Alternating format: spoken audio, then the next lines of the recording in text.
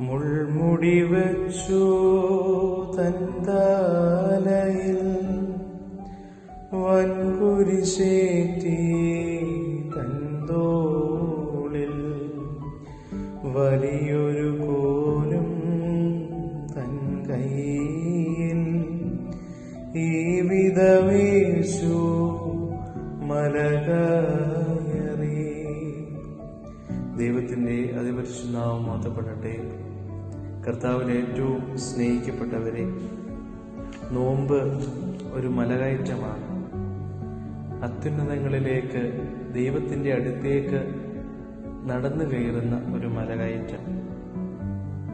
ഏതൊരു യാത്രയും കുറിച്ച് ഏകാഗ്രമാകുകയാണെങ്കിൽ ആരെ ഉദ്ദേശിച്ചാണോ ആ യാത്രകൾ നടത്തുന്നത് അയാളിലേക്ക് കുറച്ചുകൂടി ഒന്ന് കൺവേർജ് ഒത്തുചേരുന്ന അനുഭവം ഉണ്ടാകുകയാണെങ്കിൽ, കൃത്യമായി പറഞ്ഞാൽ ഒരു പാഷനുണ്ടെങ്കിൽ, ഒരു ലക്ഷ്യമുണ്ടെങ്കിൽ അതിനെ വിളിക്കുന്ന വാക്കാണ് തീർത്ഥയാത്ര എന്ന് കട്ടിക്കാട്ടിലച്ചൻ പറഞ്ഞിരിക്കുന്നതാണ്.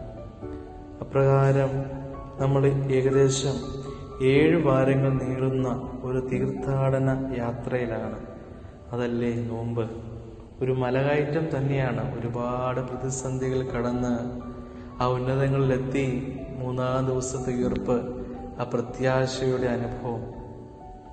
അവിടെ ക്രിസ്തുവിന്റെ യാതനകളെ മുൾമുടി തലയിൽ വെച്ചതും നമുക്ക് വേണ്ടി അടികൊണ്ടതും നമുക്ക് വേണ്ടി ചീന്തിയ രക്തത്തുള്ളികളും നമ്മുടെ മുഖത്ത് പറ്റുമ്പോൾ നോമ്പ് യാഥാർത്ഥ്യമാകും. നോമ്പ് എന്ന വാക്കിന്റെ അർത്ഥം തന്നെ വസന്തമെന്നാണല്ലോ. തുടക്കത്തിൽ ക്ലേശമുണ്ട്, യാത്രയുടെ ഒടുവിൽ വസന്തം.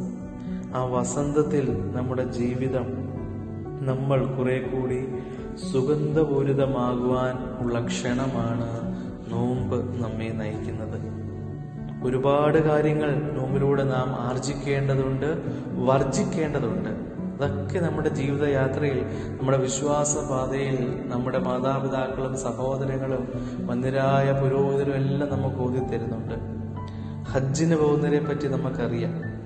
ഒരു മുസ്ലിം സഹോദരങ്ങളുടെ ജീവിതത്തിൽ ഏറ്റവും പ്രധാനപ്പെട്ട അവരുടെ വിശ്വാസ ജീവിതത്തിന്റെ ഒരു ലക്ഷ്യമാണ് ഹജ്ജിന് പോവുക എന്നത്.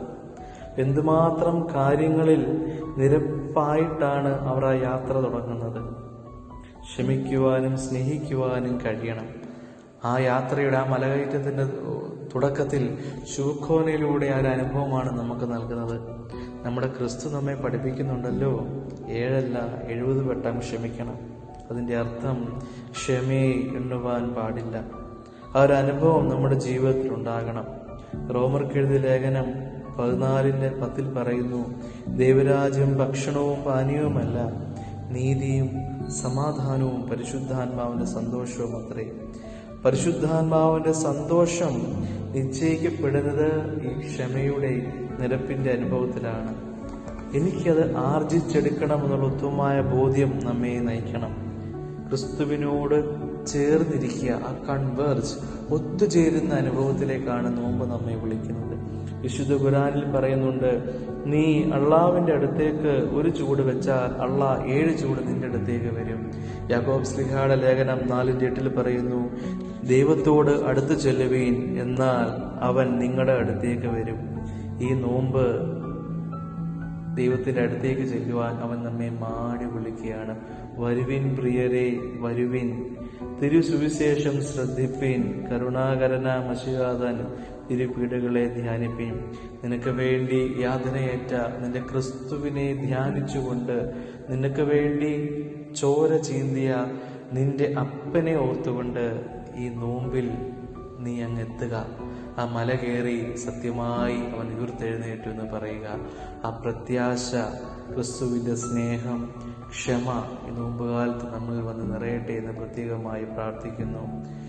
നല്ലൊരു നോമ്പും നല്ലൊരു ക്രിസ്തുവിന്റെ ഉയർപ്പും നമ്മുടെ ജീവിതത്തിൽ ഉണ്ടാകട്ടെ. എല്ലാവർക്കും എല്ലാവിധ ആശംസകളും പ്രാർത്ഥനകളും നേർന്നുകൊണ്ട് നിർത്തുന്നു. ദൈവം തമ്പുരാൻ എല്ലാവരെയും അനുഗ്രഹിക്കട്ടെ.